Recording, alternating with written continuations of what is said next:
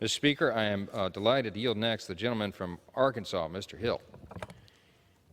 Well, I thank the gentleman from Louisiana, and unlike my friend from Knox County, Tennessee, I have the utmost respect for his ability to manage a special order with great aplomb, style, and skill. And I thank my friend, the Speaker, tonight for the time to talk about something that I've reflected on now for the 7 years that I've served in the House. And over those 7 years, I've been to our southwest border 7 times.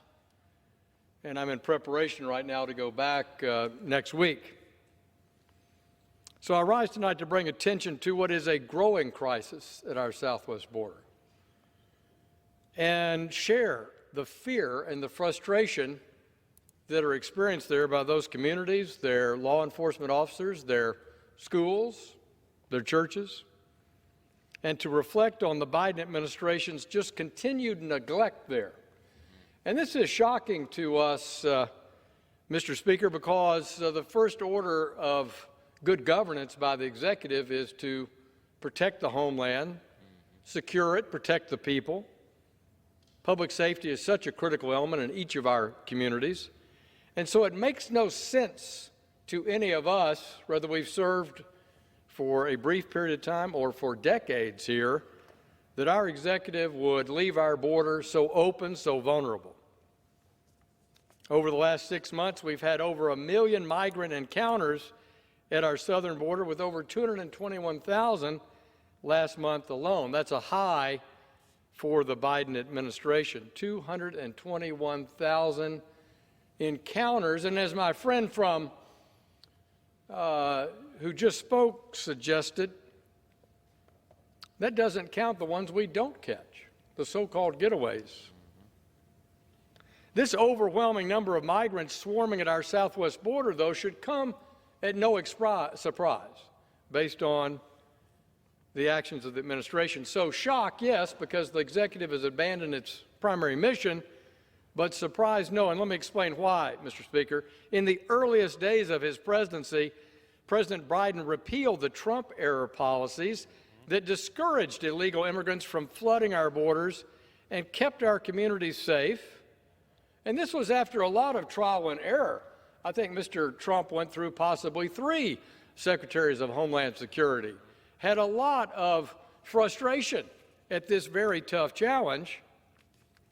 But in President Biden's decision to do away with those Trump policies that were ultimately working so effectively, he replaced them with nothing. Right. Nothing.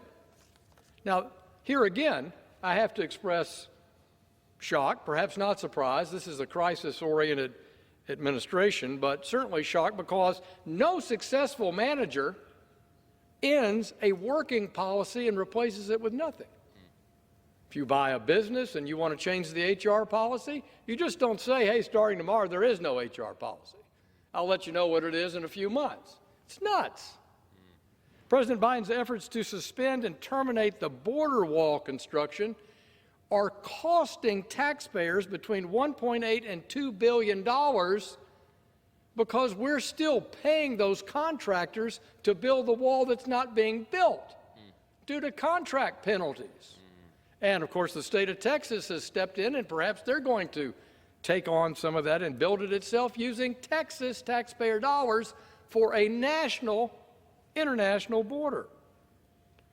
Now, as my friend said a few minutes ago, the administration's moving forward to end what's called Title 42. Title 42 has proven to be an effective effort at contributing to border security. And while the Biden administration continues to use it less and less, in fact, last month, Mr. Speaker, 50% of all the migrant encounters were processed for expulsion under Title 42. So it's a critical element of both public health and public safety at the border.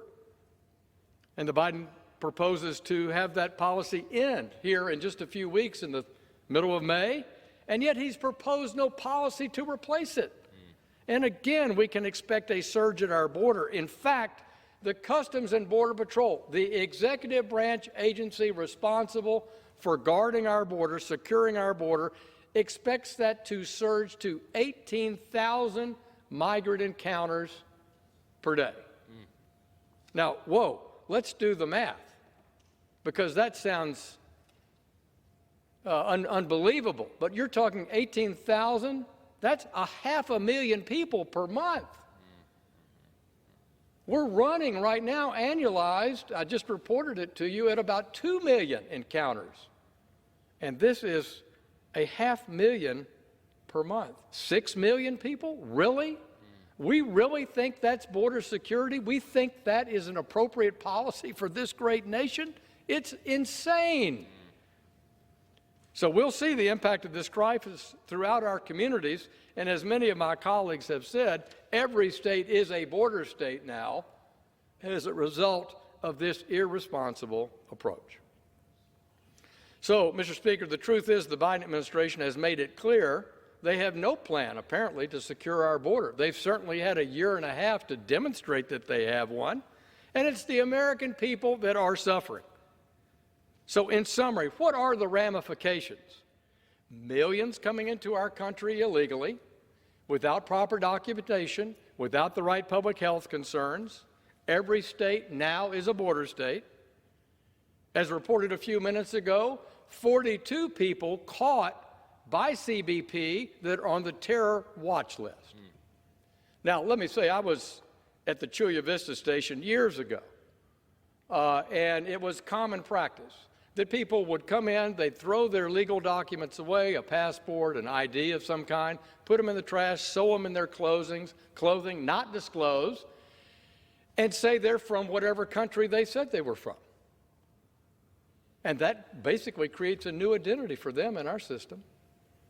So if 42 people have been caught, how many, Mr. Speaker, have come in that are on that terror watch list that have a malintent on our country? Ramifications, record human trafficking. And our cartel, our great friends in Mexico, virtually a cartel-driven border, making $5,000, $6,000 on Venmo or in a promise to pay for each person trafficked. They're at millions, hundreds of millions, $400 million a month, some estimate, of making cash off this effort. Crime along the border is rampant. Fentanyl and drugs on our streets. We lost 100,000 people last year to an opioid overdose. The fastest rising cause of death for young people across this country, 25 to 50 years old, 100,000 dead, double what we lost in the Vietnam War. And fentanyl is pouring across that border. In fact, we've interdicted, again, what we've caught, we've interdicted enough fentanyl, this vitally poisonous drug, to kill 7.4 billion people. The spiraling costs to our counties and our border states. So, Mr. Speaker, there's no plan, there's no policy, there's no national security ramifications of an open border. It's irresponsible, it's incompetent, and I call on Secretary Mayorkas to resign. His job is a failure. This administration has failed the American people on the border. I thank my friend from Louisiana for his leadership, and I yield back to him.